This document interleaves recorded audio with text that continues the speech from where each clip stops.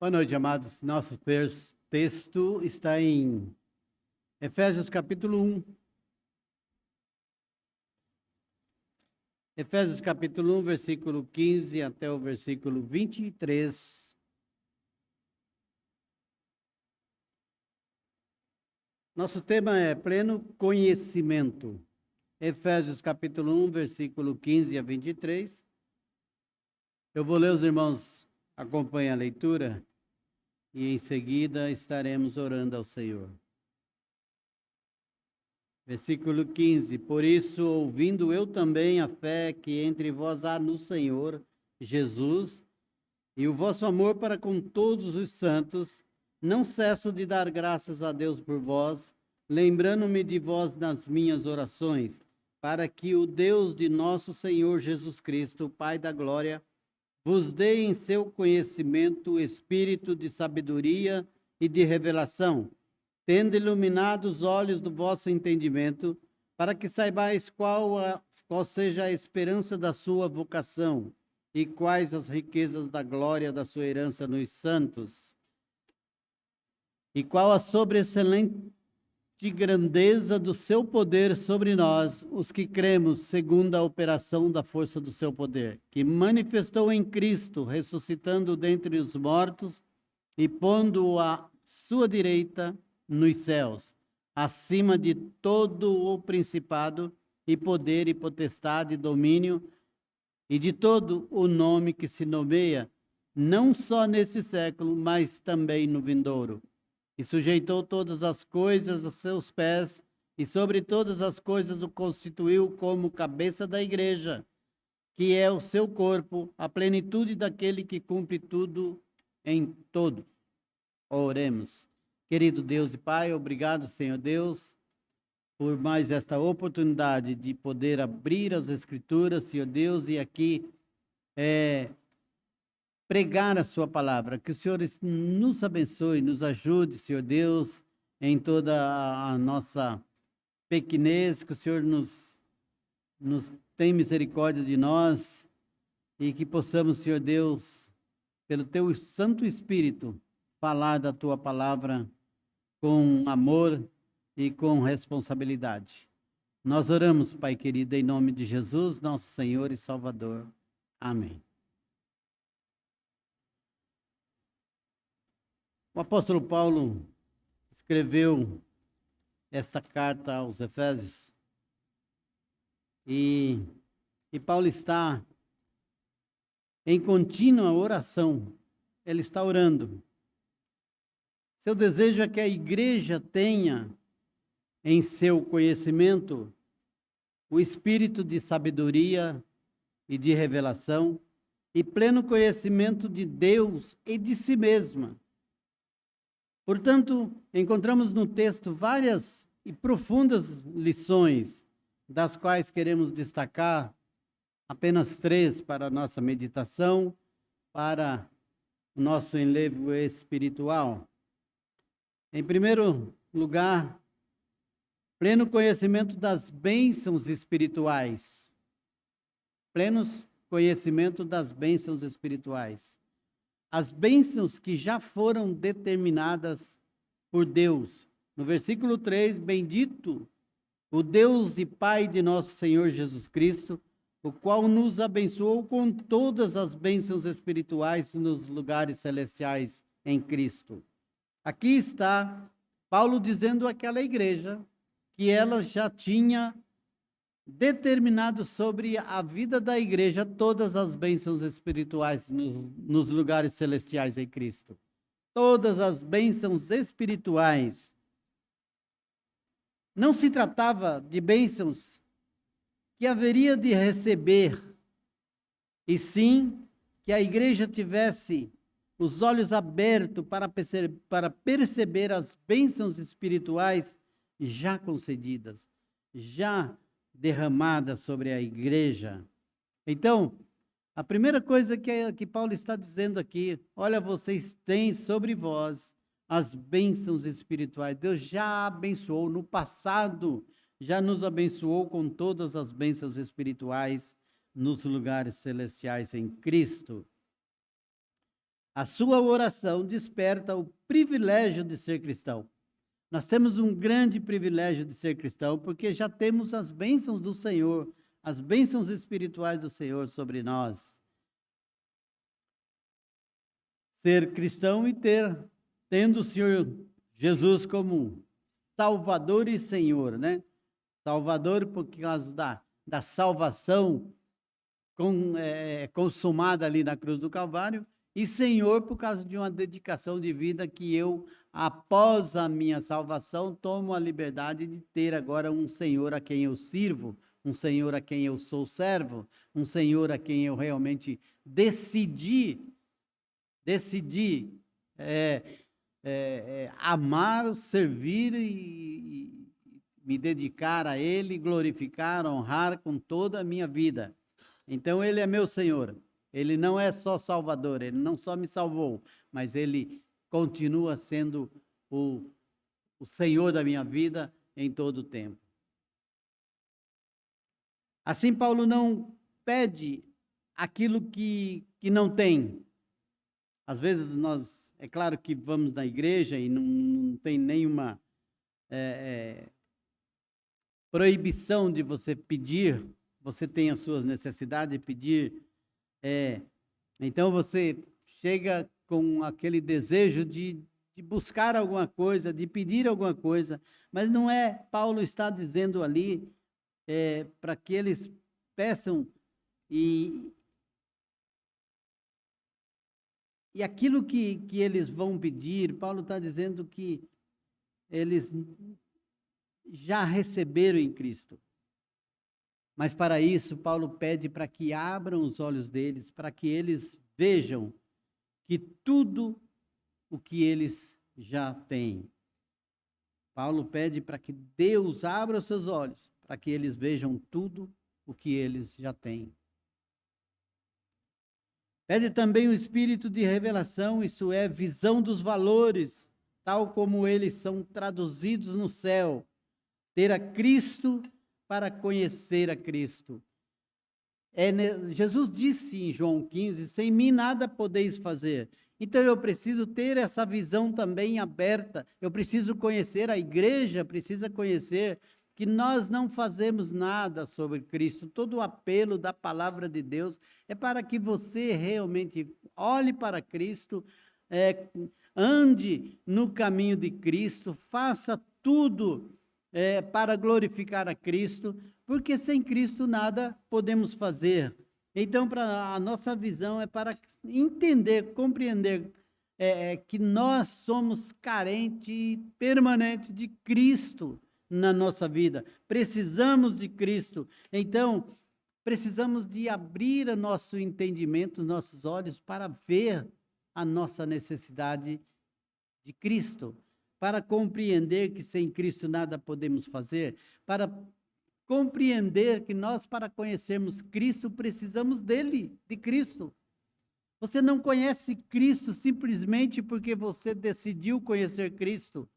Você conhece Cristo por como? Não é pela graça sois salvos por meio da fé. Isso não vem de vós, não vem de obras, não vem de conhecimento teu, não vem de você ser bom, não vem de você ser uma pessoa que se aproxima, mas vem de um trabalhar de Deus que é eterno, que é antes da fundação do mundo. Então eu preciso de Cristo para conhecer Cristo, eu preciso de vida para começar a me mover, a ter sentimento, me aproximar de Cristo. Então eu preciso de Cristo para conhecer Cristo. Toda a revelação de Deus traz para nós o conhecimento de quem somos. E aqui no versículo, a partir do versículo 4, diz que nós somos eleitos. Versículo 4 diz, como também nos elegeu neles antes da fundação do mundo, e fomos eleitos para que fôssemos santos e irrepreensíveis diante dele em amor. Fomos eleitos por Deus. A igreja tem que entender também, compreender isso, que nós também somos predestinados. Versículo 5 diz, e nos predestinou para filhos de adoção por Jesus Cristo, para si mesmo, segundo o beneplácito da sua vontade. Nós não somos filhos porque falamos, decidi, agora eu vou morar com o papai. Decidi, eu tomei uma decisão. Eu estava falando com a Sueli e o Johnny, que está fazendo, que querem se batizar, os dois. Ela já se batizou numa igreja aí, mas ela diz, eu não entendi nada, nunca compreenderam, nunca me ensinaram nada sobre batismo. Eu estou ouvindo isso agora, eu estou compreendendo a Bíblia agora, então eu quero me batizar também. E eu quero esquecer o meu batismo de lá. Falei, bom, isso é uma decisão sua, então é isso que nós pregamos mesmo. Se você não tem nem conhecimento nenhum de Cristo, você tem que se batizar. E aí eu estava falando, a compreensão dela sobre essas coisas, justamente é isso, que ela não compreendia nada de Cristo, não compreendia da revelação de Cristo para a sua vida. Ela não compreendia o fato dela ser uma pessoa que, eleita por Deus, uma pessoa, melhorou bastante isso aqui, hein? Eu falei, rapaz, eu estou ficando ruim nas vistas aqui. Somos eleitos, somos predestinados e somos, versículo 6, para louvor da sua graça, para louvor da sua graça. Fomos criados para louvor da sua glória, de sua graça, pelo qual nos fez agradáveis a si, no amado. Quando nós falamos da Suelen, estava falando do segundo o beneplácito da sua vontade, consentimento, ele quis isso, Deus quis isso para nós. Eu falei, eu não acredito em coincidência. Eu não acredito em coincidência. E quando nós colocamos Cristo em primeiro lugar da nossa vida, você vai ter uma consolação, um jeito especial de entender as coisas. Às vezes, o mundo dá uma volta danada, depois você olha para trás e você fala assim, olha, eu realmente entendi que Cristo queria isso para a minha vida, para fazer eu crescer, para fazer eu compreender, para fazer eu me aproximar dele, para fazer eu glorificar o Senhor. Talvez eu não tenha entendido nunca na minha vida a responsabilidade que eu tenho diante de Deus, de ser um servo fiel, de ser um homem que honra o Senhor, que glorifica o Senhor.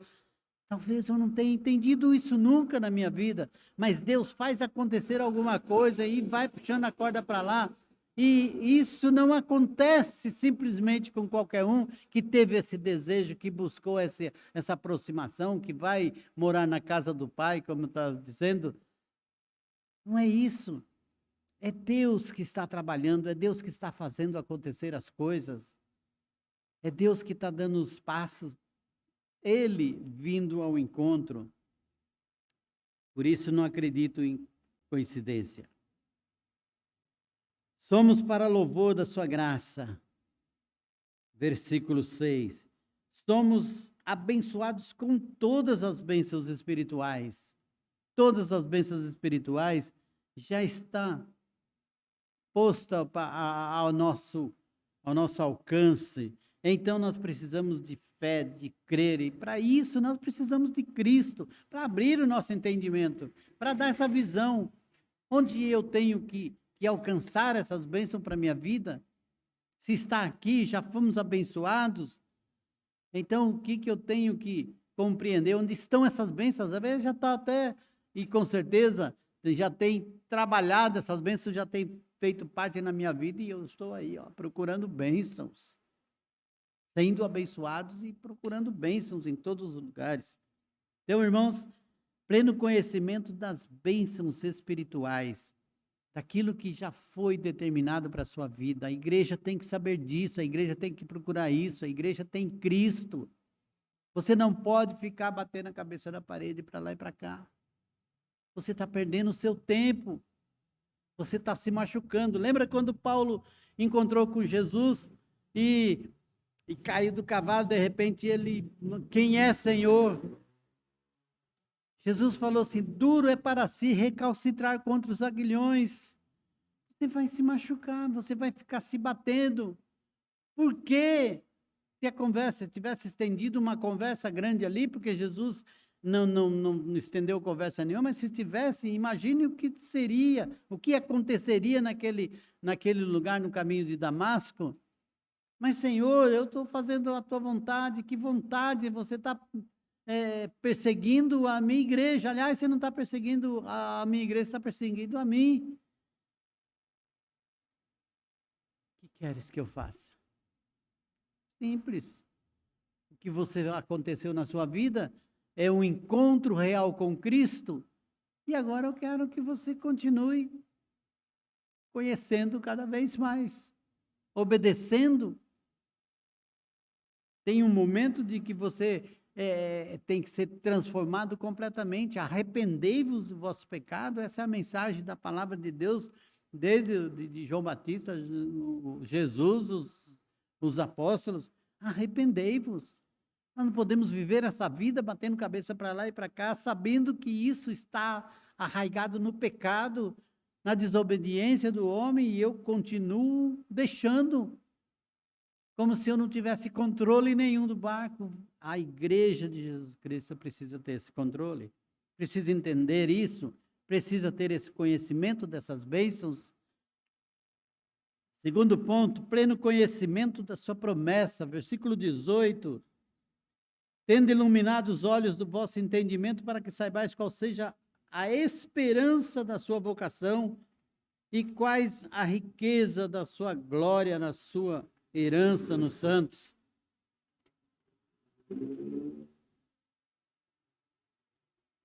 Compreender que somos o troféu da graça de Deus. O versículo 6 diz: para louvor da glória de sua graça, pela qual nos fez agradável a si no amado. Versículo 12 diz: com o fim de sermos para louvor da sua glória, nós o que primeiros esperamos em Cristo. Nós temos um propósito, nós não fomos trazidos para cá de qualquer jeito e para propósito nenhum.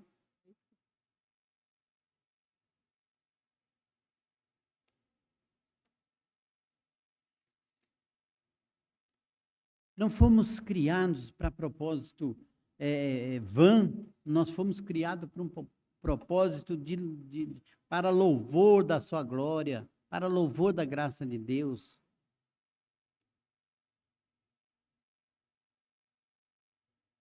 A igreja é preciosa herança, a preciosa herança. Capítulo 1, versículo 11 e 12. Diz assim: nele digo, em quem também fomos feito herança, havendo sido predestinado conforme o propósito daquele que faz todas as coisas, segundo o conselho da sua vontade, com o fim de sermos para louvor da sua glória, nós, o que primeiro esperamos em Cristo. Nele digo que em quem também fomos feito herança, havendo sido predestinado. Mas nós fomos adotados por Cristo. Deus tem um filho que é Jesus Cristo, isso todos nós sabemos. Deus tem um filho. Mas esse filho pagou um preço da nossa redenção. Ele foi lá e falou: olha, eu vou pagar esse preço. Ele nos amou, ele se deu a si mesmo por nós. E com isso nos adotou. Hoje somos filhos de Deus. E isso vai ser algo tão importante, tão especial para a igreja de Jesus Cristo. Quando nós falamos de igreja, uma reunião de pessoas salvas, é uma reunião de pessoas que passou a ser chamado cristão, uma reunião de pessoas que foram adotados por Jesus Cristo como filho de Deus. Tem gente que fala igreja e começa a falar da igreja como se a igreja fosse um negócio ruim, quando a igreja tivesse gente falsa. Irmãos, o que a igreja de Jesus Cristo tem são filhos adotados por Jesus Cristo, pagam um preço alto lá na cruz do Calvário, preço de sangue. São esses que fazem parte da igreja. Onde você estiver com um grupo de pessoas, vai ter pessoas que pensam diferente, que agem diferente de você, mas a igreja de Jesus Cristo, ela age conforme Jesus e deve agir conforme o Senhor Jesus.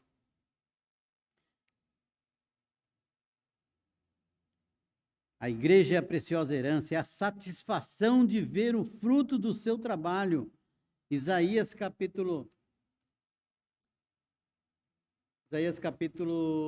53, versículo 11.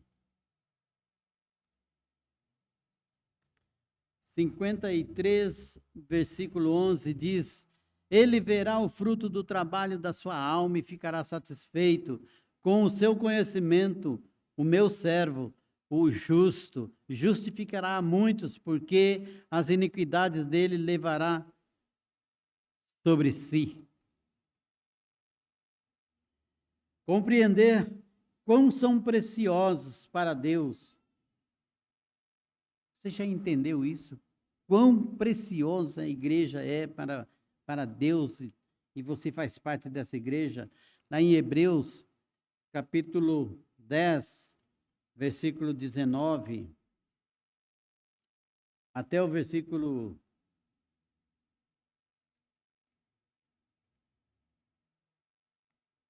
23, diz assim: Tendo, pois, irmãos, ousadia para entrar no santuário pelo sangue de Jesus, pelo novo e vivo caminho que ele consagrou pelo véu, isto é, pela sua carne, e tendo um grande sacerdote sobre a casa de Deus, cheguemo-nos com verdadeiro coração, em inteira certeza de fé, tendo os corações purificados da má consciência e o corpo lavado com água limpa. Retenhamos firme a confissão da nossa esperança, porque fiel é o que nos prometeu. Fiel é Deus. Ele nos prometeu e ele é fiel a si mesmo, não foi isso que cantamos de manhã? Ele nos prometeu e ele é fiel a si mesmo.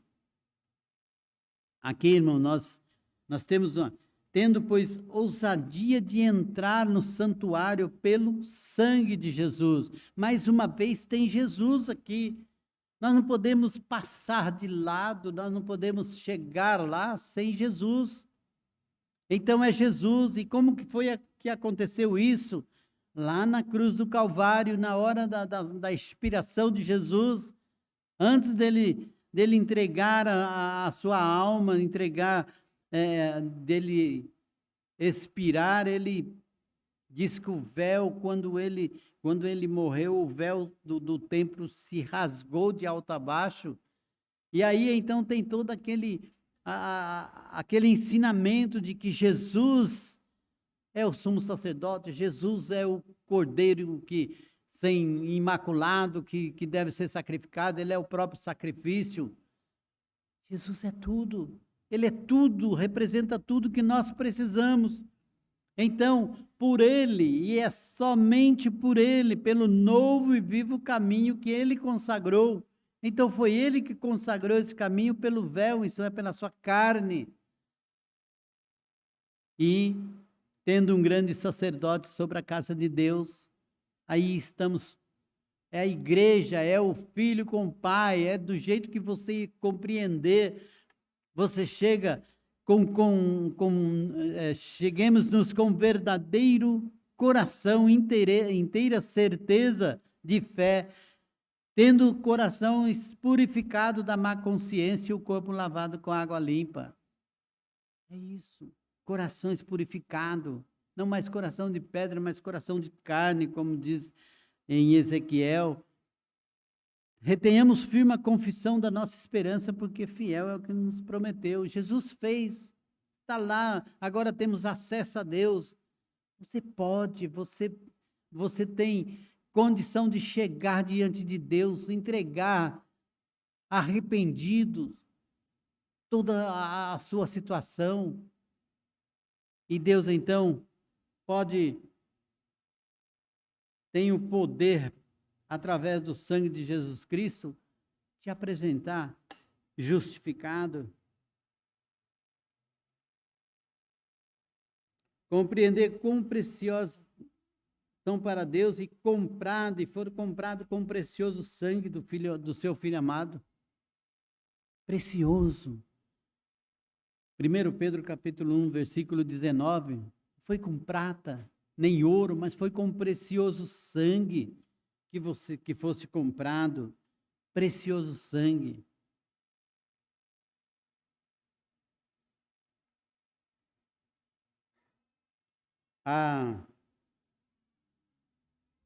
Tem uma ilustração, anotei o nome do pastor, que eu não queria falar em inglês aqui, mas o pastor chegou uma família na igreja e começou a frequentar o culto. Aí o pastor chamou um diácono, né?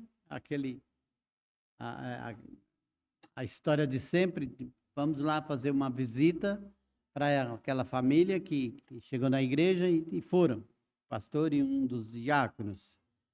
Quando chegaram próximo da casa daquela família, eles viram uma casa, e era uma senhora de uma casa era um palácio, era uma casa que tinha um gramado na porta, era uma casa que dava uma vista assim, e via garagem, tinha 2 carros logo na entrada da garagem, e lá de fora dava para ver a sala dos irmãos, que era uma grande sala, e lá estava um senhor que havia ido à igreja, sentado numa poltrona, assistindo uma televisão, e vendo todo esse cenário, o diácono falou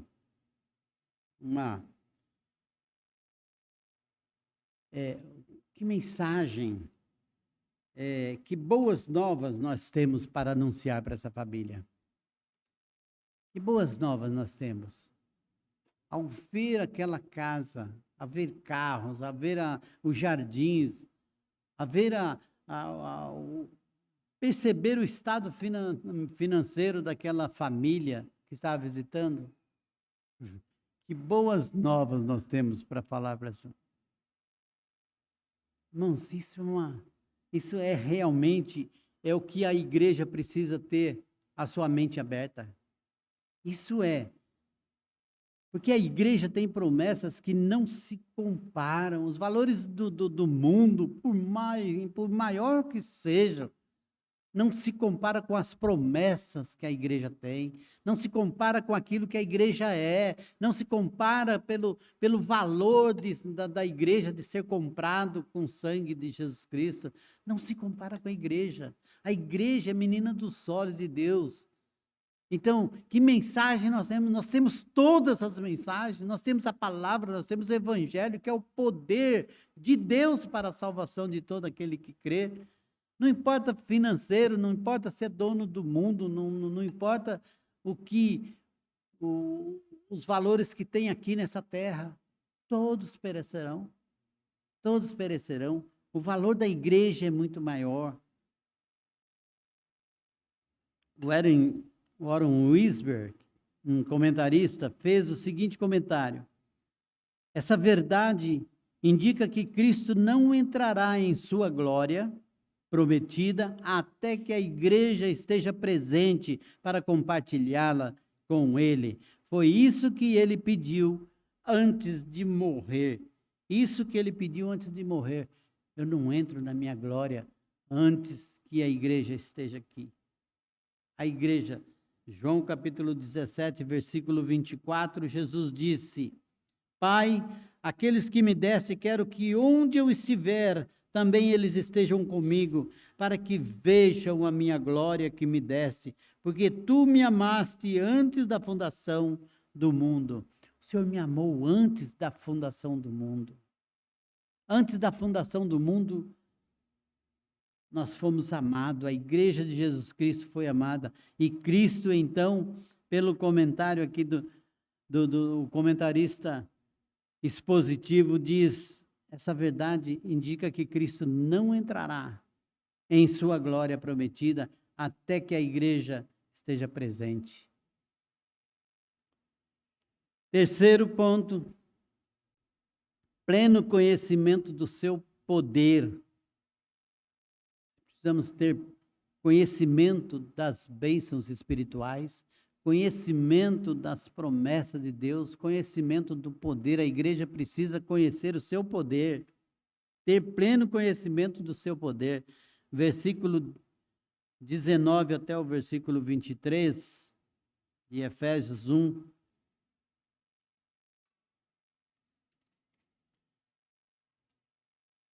E sobre a qual excelente grandeza do seu poder sobre nós, os que cremos, segundo a operação da força do seu poder, que manifestou em Cristo, ressuscitando-o dentre os mortos e pondo-o à sua direita nos céus, acima de todo principado e poder e potestade e domínio, e de todo nome que se nomeia, não só neste século, mas também no vindouro, e sujeitou todas as coisas a seus pés, e sobre todas as coisas o constituiu como cabeça da igreja, que é o seu corpo, a plenitude daquele que cumpre tudo em todo. Poder muito mais abundantemente. Poder muito mais abundante. É o poder que Deus exerceu para ressuscitar o seu Filho. O versículo 20 diz que manifestou em Cristo, ressuscitando o dentre os mortos e pondo-o à sua direita nos céus. Esse poder, esse mesmo poder de Deus, esse poder que Deus ressuscitou o seu Filho e o colocou à sua direita nos céus, esse Deus que tem todo o poder, é o mesmo poder que ele triunfou sobre principados e potestades, Colossenses capítulo 2, versículo 15. Colossenses capítulo 2, versículo 15.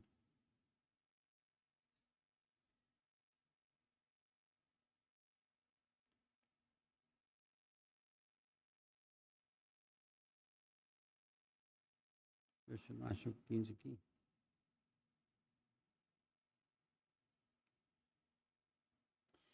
E despojando os principados e potestades, os expôs publicamente, e deles triunfou em si mesmo. É o mesmo poder que triunfou, é o mesmo poder de Mateus capítulo 28, versículo 18, quando Jesus disse: é-me dado todo o poder no céu e na terra. Então nós podemos ver esse poder de Deus que está em Jesus Cristo, esse poder que Deus exerceu em na ascensão de Jesus, ressuscitando Jesus, esse poder de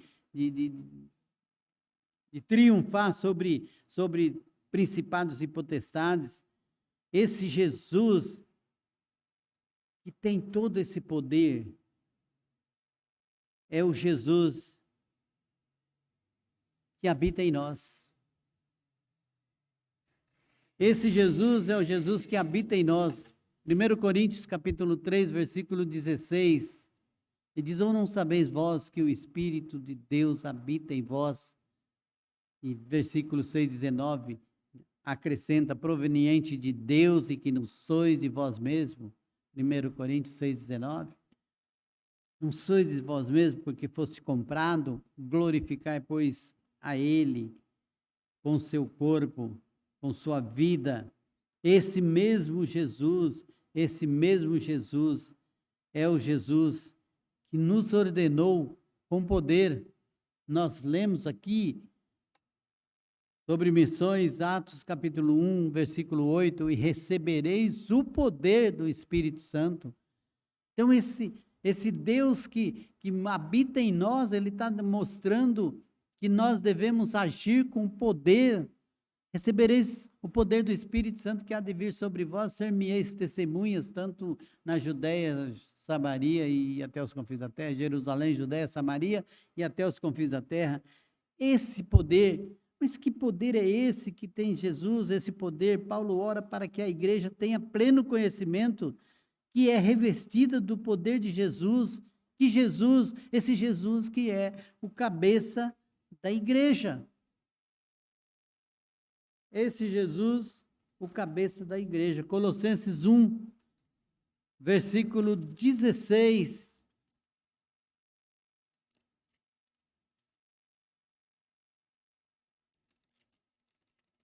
Colossenses 1, capítulo 1, versículo 16.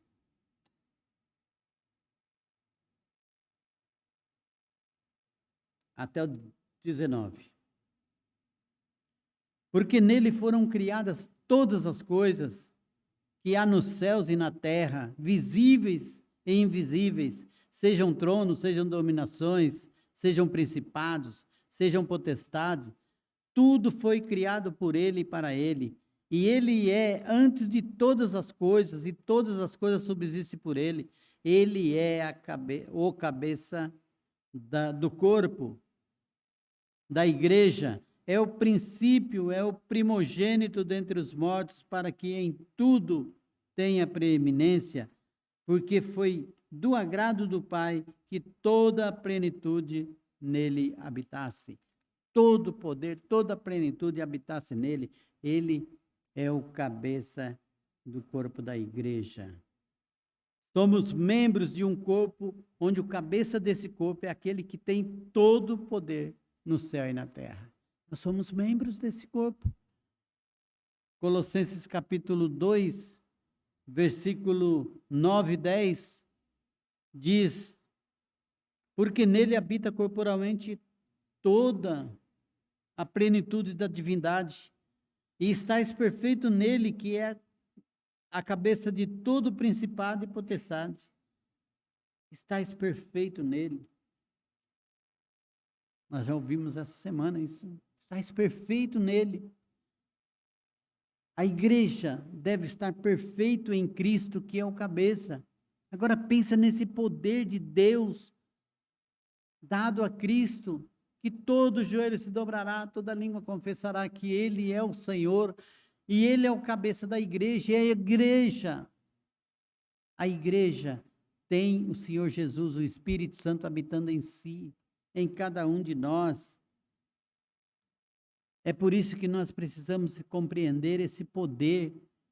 A igreja não é derrotada. A igreja não, nós não somos separados por qualquer coisa de Deus, não.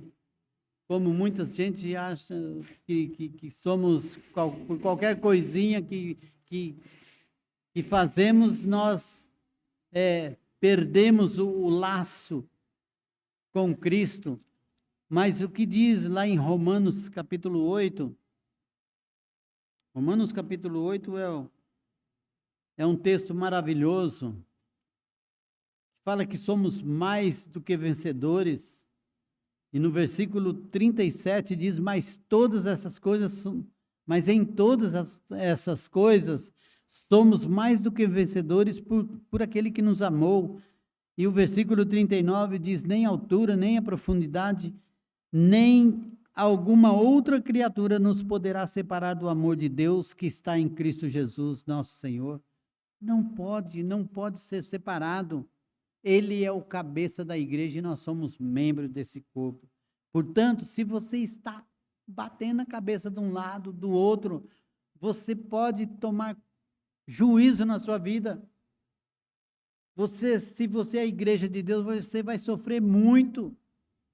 Porque Deus não deixa um filho dele de qualquer jeito, pelo contrário, lá em Hebreus capítulo 12, versículo 6, diz que Deus corrige aquele que ele ama e açoita todos aquele que ele tem por filho.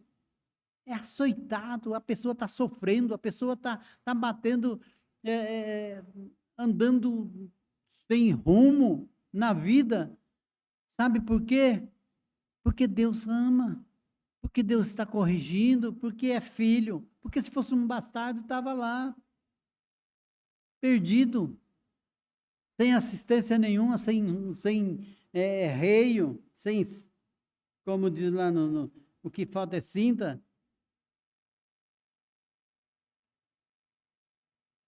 É assim, irmãos. A nossa vida é assim. Ou você assume que é a igreja de Jesus Cristo e toma rumo na sua vida, ou você é um bastardo que nunca entendeu. Ou ora, Deus, abre o meu entendimento para me compreender. Porque a igreja precisa de um pleno conhecimento para ver o seu poder, para ver as promessas que tem, para ver as bênçãos que tem. Nós precisamos desse poder de Deus. E para enfrentar as lutas, e eu quero encerrar, que já deu horário. A nossa conclusão, Efésios capítulo 6, versículo 10. Efésios capítulo 6, versículo 10 diz: no demais, irmãos meus, fortalecei-vos no Senhor e na força do seu poder.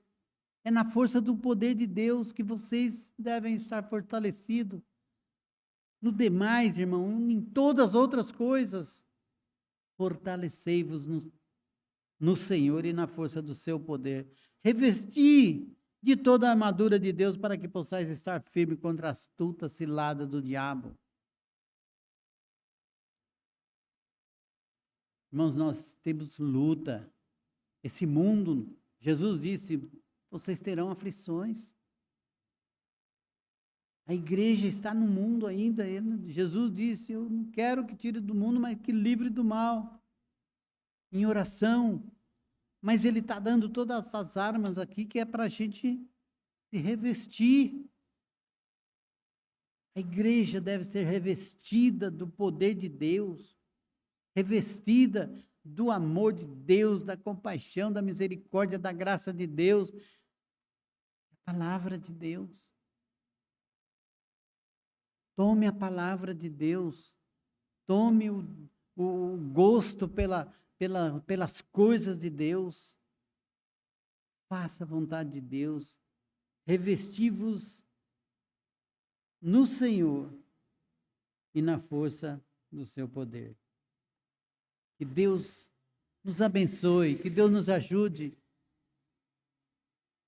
a exercitar em nossas vidas esse poder. Quando eu estava ainda novo convertido, eu vi um testemunho do pastor Gerson Rocha. Gerson Rocha é o pastor da Igreja Batista de Vitória da Conquista. Era um excelente pastor, muito considerado nos batistas bíblicos. E ele falou que um dia chegou alguém na igreja lá, onde ele pastoreava, e o homem estava muito bravo com ele, e na verdade veio para matá-lo. Sei exatamente o que tinha acontecido, eu ainda era novo, só ouvi ele contar e gravei essa história. E eu já vi outras vezes e por outros pastores, então, mais de 2 falando, é bem provável que seja verdade mesmo. Eu acredito por causa do poder de Deus. E ele estava no seu escritório sentado, gabinete pastoral, e o camarada entrou, ficou na frente dele, e quando ele ia partir para o lado dele, ele falou assim, olha, deixa eu falar uma coisa, se você der mais um passo aí, o meu Deus vai te matar aí agora mesmo. E aquele homem ficou e foi para lá e foi para cá e acabou desistindo. E ele falou, eu me livrei. Eu me livrei daquele homem, porque eu criei no poder de Deus. E perguntaram para ele depois, falou, mas o senhor acredita, e se aquele homem desse um passo aí, falou, ele ia morrer. Então é isso que a igreja tem que fazer. E se aquele homem tivesse dado um passo? Se aquele homem tivesse dado um passo, ele ia morrer, porque meu Deus não ia deixar eu falar uma coisa assim. Eu estava dentro da igreja, estava fazendo o trabalho de Deus. Se aquele homem desse mais um passo, ele ia morrer. Eu acredito. Eu invoquei porque eu sou filho de Deus, eu invoquei o nome de Deus. Então, irmãos, não é, você não pode, não é para estar invocando para matar ninguém, não. Não é para invocar Deus para estar matando os outros, não. Mas eu quero deixar como lição para você falar assim, olha, a igreja tem poder. A igreja tem poder para anunciar Cristo, a igreja tem poder de anunciar a palavra de Cristo, e Cristo tem poder de salvar uma pessoa que você não tem ideia de que ela possa ser salva. Cristo pode curar uma pessoa que você não tem ideia que ela possa ser curada. Mas a igreja ora porque crendo que Deus pode curar. A igreja fala da palavra porque crê que a palavra é poder de Deus. Viva esse poder de Deus, se revista desse poder de Deus. Amém? Que Deus abençoe.